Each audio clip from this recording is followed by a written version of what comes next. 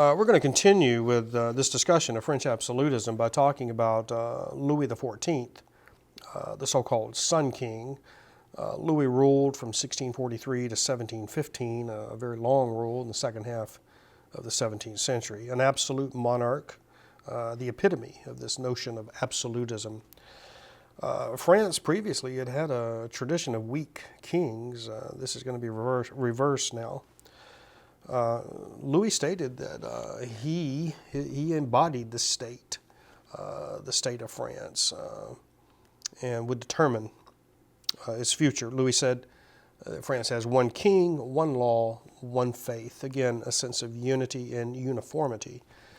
We've seen this type of stuff before. I remember the Emperor Constantine, the Roman Emperor Constantine, putting forward this idea of one empire, one emperor, one God, in seeking to promote Christianity as the faith of the empire. Unity and uniformity. Now, Louis is attended by the nobility at Versailles. He establishes the Versailles Palace outside of Paris as a way to sort of get away from the Parisian mob. And he brings the nobility with him so he can keep an eye on them.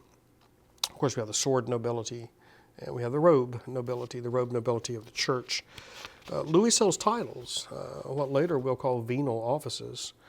We'll talk about that when we get to the French Revolution. He sells titles to the robe nobility to finance his kingdom and to finance wars.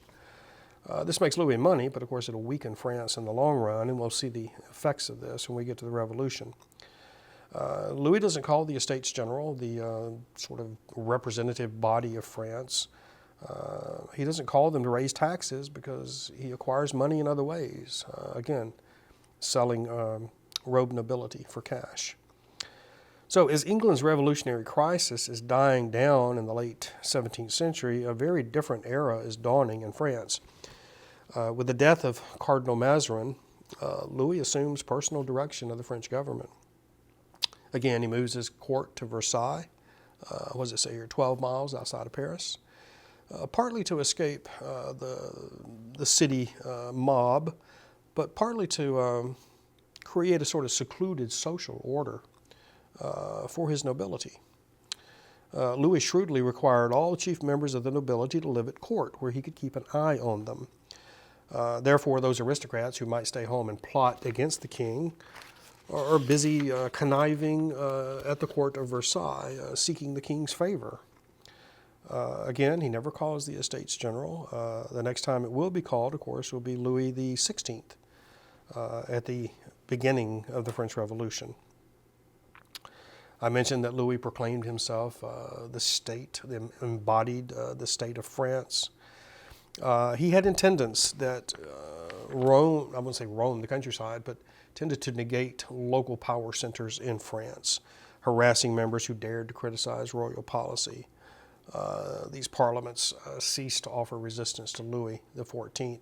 You'll see when we get to the Revolution that these parliaments will begin to reassert themselves against Louis XVI. Only in the 18th century did the bourgeoisie, like the aristocracy, become dissatisfied with their position. Their consequent bid for increased social privileges, commensurate with their political and economic power, is another root cause of the French Revolution. And we'll spend time talking about that a little later.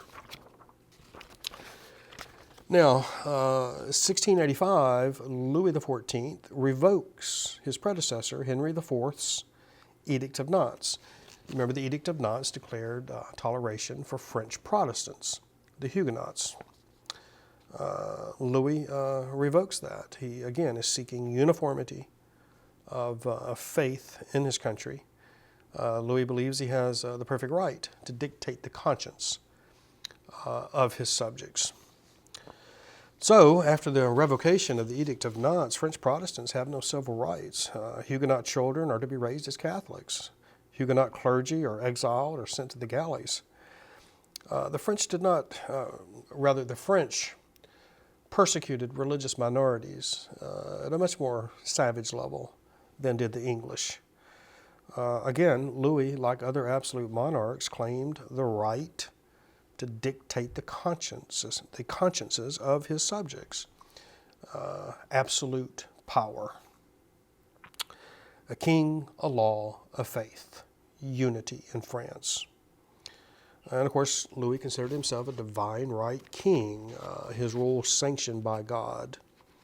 As God rules the heavens, so Louis XIV will rule France. Let's draw some conclusions here. Absolutism is going to prevail in France. We'll see that constitutionalism will prevail in England. And we'll turn to that subject in our next lecture. Thank you.